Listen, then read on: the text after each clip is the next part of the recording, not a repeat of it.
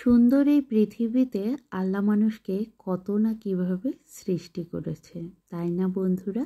এক একজন এক এক রকম, কারোর সাথে কারোর মিল নেই। হ্যালো এভরিওয়ান, আসসালামু আলাইকুম।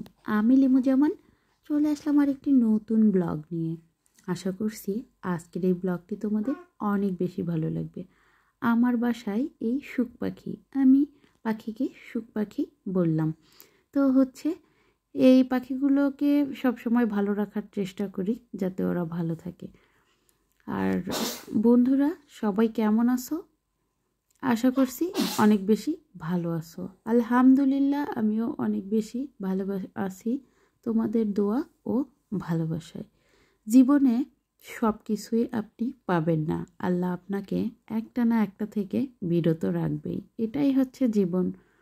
জীবন মানে অনেক কষ্ট, আর জীবন মানে অনেক যন্ত্রণা, আবার জীবন মানে অনেক সুখের, তাই না বন্ধুরা? তো বন্ধুরা দেখো, এখানে লাবিব বলতেছে যে রুটি খাবো, সে কারণে জান্নাতি একটু রুটি বানিয়ে দিচ্ছে ওকে। তো ও ওখানে রুটি বানিয়ে দিচ্ছে আর আমি একটু চা খেয়ে নিচ্ছি। আর চা করেছি এই যে। তো শীতের দিনে এরকম চা থাকলে আর কিছুই লাগে না, সন্ধ্যা বা সকালে তো চাটা খেতেই হবে।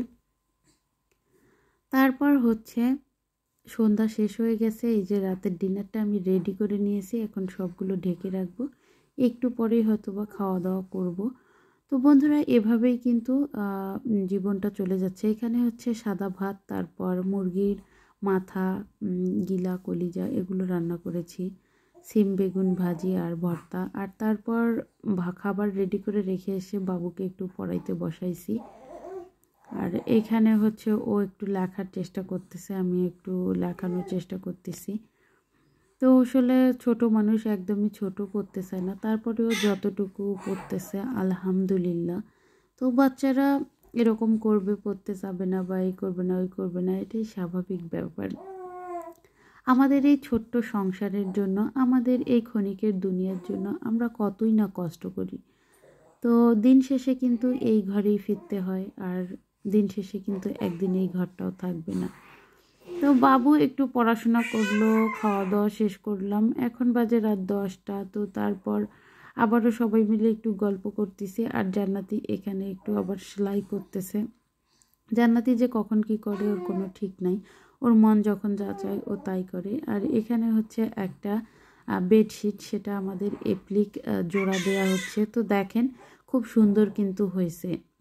তো আপনারাও চাইলে বাসায় এভাবে জোড়া দিয়ে তো জামা বা বেডশিট করতে পারেন। এটা কিন্তু বেডশিট হবে।